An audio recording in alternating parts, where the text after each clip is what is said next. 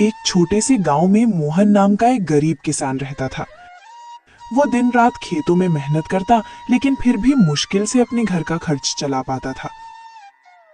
सुबह होते ही वो हल लेकर खेत में लग जाता, पसीने और चिंता के साथ अपनी जिंदगी को जैसे तैसे आगे बढ़ाता रहता। मोहन की पत्नी सरला एक सीधी साधी और समझदार महिला थी, जो हर हाल में घर संभालती थी। उसकी 2 बेटियां थी। बड़ी बेटी गीता, जो समझदार और अच्छे स्वभाव की थी, और छोटी बेटी नीलम, जो चंचल और चालाक थी, लेकिन अपनी बड़ी बहन से बहुत ईर्ष्या करती थी। दोपहर का समय था। रसोई में सरला चूल्हे के पास बैठी खाना बना रही थी। गीता उसके पास आकर चुपचाप सब्जी काटने लगी।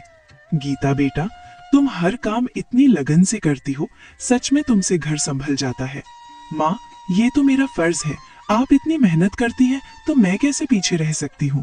तुम्हारी यही बात मुझे सबसे अच्छी लगती है, शांत स्वभाव और समझदारी। इतना कहते कहते अचानक सरला को ध्यान आता है।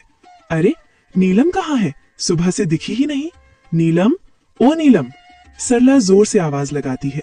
कुछ पल सन्नाटा रहता है, फिर तेज कदमों की आवाज आती है। नीलम गुस्से और चिड़चिड़े अंदाज में रसोई में अंदर आती है। क्या है माँ, इतनी जोर जोर से क्यों बुला रही हैं? मैं कोई खाली नहीं बैठी थी। बात करने का ये तरीका है? मैं बस पूछ रही थी कि तुम कहाँ थी। नीलम हंसते हुए तंज में, आपको मेरी क्या चिंता होगी? आपको तो बस आपकी आदर्श बेटी गीता की ही फिक्र रहती है। गीता, नीलम ऐसा मत बोलो। नीलम गुस्से में बीच में काटते हुए, आप चुप ही रहो दीदी, हर वक्त अच्छी बनने का नाटक मत किया करो। सबके सामने सीधी साधी बनती हो और सारी तारीफें भी तुम ही ले जाती हो। नीलम, बस करो नीलम, ये जलन तुम्हें गलत रास्ते पर ले जा रही है।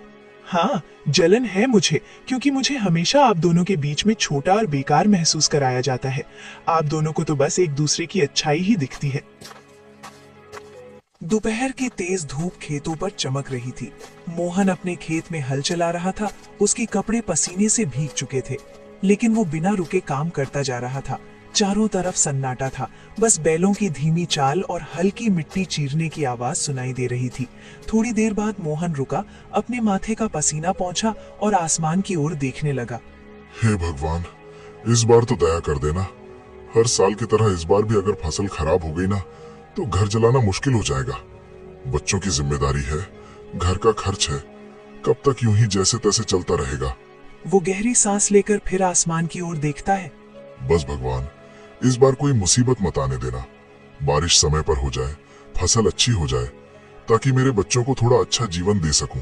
इतना कहकर वो फिर से काम करने लगता है। तभी दूर से कोई आवाज लगाता है। अरे मोहन! मोहन मुड़कर देखता है। उसका दोस्त रामलाल उसकी तरफ आ रहा होता है। क्या बात है भाई, आज तो बड़े सोच में डूबे हुए लग रहे हो। क्या बताऊं रामलाल, किसान की जिंदगी ही ऐसी है। मेहनत तो पूरी करते हैं, लेकिन सब कुछ ऊपर वाले के हाथ में होता है। बिल्कुल सही कहा तुमने। इस बार तो मौसम भी कुछ ठीक नहीं लग रहा। कभी ज्यादा धूप, कभी अचानक बादल। हाँ, बस यही डर लगा रहता है। अगर समय पर बारिश नहीं हुई तो सारी मेहनत बेकार चली जाएगी। लेकिन मेहनत करने वालों का साथ भगवान जरूर देता है। देखना, इस बार सब अच्छा होगा। थोड़ा माहौल हल्का होता है, फिर रामलाल मुस्कुराते हुए पूछता है। अच्छा छोड़ो ये सब, बताओ घर पे सब कैसे हैं? भाभी जी और तुम्हारी दोनों बेटियां कैसी हैं? सब ठीक है। सरला तो हमेशा की तरह घर संभाल रही है, और मेरी बड़ी बेटी गीता, वो तो बहुत समझदार हो गई है। घर के हर काम में हाथ बटाती है, कभी शिकायत नहीं करती। अरे वाह, ये तो बहुत अच्छी बात है। आजकल ऐसी लड़कियां कहाँ मिलती हैं। हाँ, लेकिन छोटी वाली नीलम, उसका स्वभाव थोड़ा अलग है। चंचल है और कभी कभी गुस्सा भी जल्दी आ जाता है। समझाने की कोशिश करता हूँ, लेकिन उम्र भी तो ऐसी है। कोई बात नहीं मोहन, धीरे धीरे सब समझ आ जाता है। बच्चे हैं, समय के साथ सीख जाते हैं। बस यही उम्मीद है कि दोनों बेटियां सही रास्ते पर चलें और खुश रहें। बाकी भगवान की मर्जी। दोनों कुछ पल के लिए खेत की तरफ देखते हैं, फसल, मिट्टी और अपने संघर्ष भरी जीवन को। चलो भाई, हिम्मत मत हारना, सब ठीक होगा। हाँ, उम्मीद तो उसी से है।